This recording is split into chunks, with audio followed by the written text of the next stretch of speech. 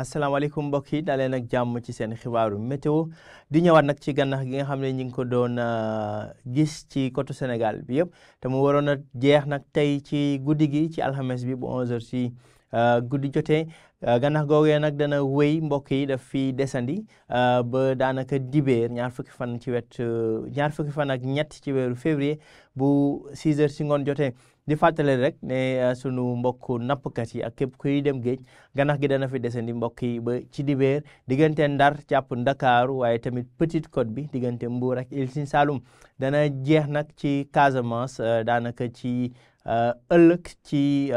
ajuma ji bu 6h ci ngoon jotee mbokk yi li moo gënoon fës ci xibaar yi jëm ci wàllu géej ci wàllu jéeri ji nag seddaay bi dana fi desandi ci diggante Ndakaaru jëm ba boori Ndar guddi gi jàpp bërset bi tàngaay bi nag dana fi fës ba léegi mbokk yi ci biir réew mi bu njàllee ci leeral xibaar yooyu le animation satellite bi mu ñuy wan asamaan soo xam ne dana ami tuuti niir waaye tamit leeraay bi moo fi gën a fës bu ñu xoolee sax ci guddi tey gi la jëm nag ba lëg ci suba leeraay bi dana fës ci daanaka réew mi yëpp donte dana am tuuti niir yu doxantu ci yenn gox réew mi mbokk yi température yi dana wéy di dal bu baax ci diggante Ndakaaru Thiès Louga ak boori Ndar waaye tamit ca boori Podor foofee ñu ngi fay yaakaar ci gox yooyu le fukki degré ak juróom benn jàpp fukki degré ak juróom ñaar ci wàllu dayoog température bu dul foofu nag mbokk yi diggu réew mi jàpp boori Casamance ak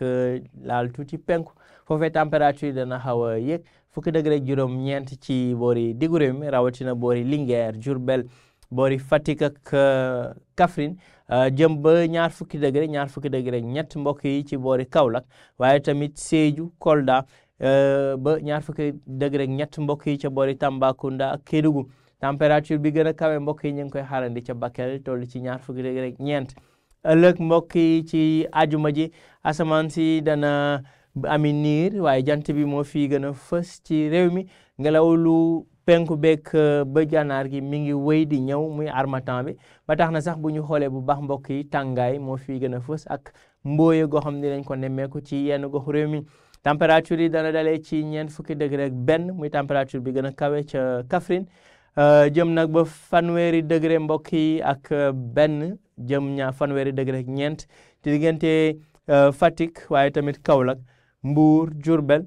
jëm ba boori Casamance diggante Ziguinchor jëm ba boori Kédougou waaye tamit ca Tambacounda Matam Bakel maanaam ci réew mi rawatina biir dëkk bi température yi dana kawe dalee ci fanweeri degré ak juróom benn jëm ba ñeent fukki degré ak benn ca Kaffrine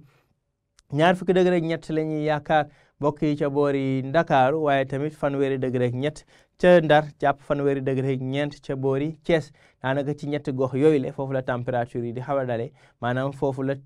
tàngaay bi di néewee ci réew mi mbokk yi ci tënk rek fàttali leen gànnax gi nga xam ne dana wéyandi ñi ngi doon yaakaar doon séntu mu dal ci guddik tey gi la waaye dana wéy gànnax googee toll ci 3 mètre ak genn wàll dana wéyandi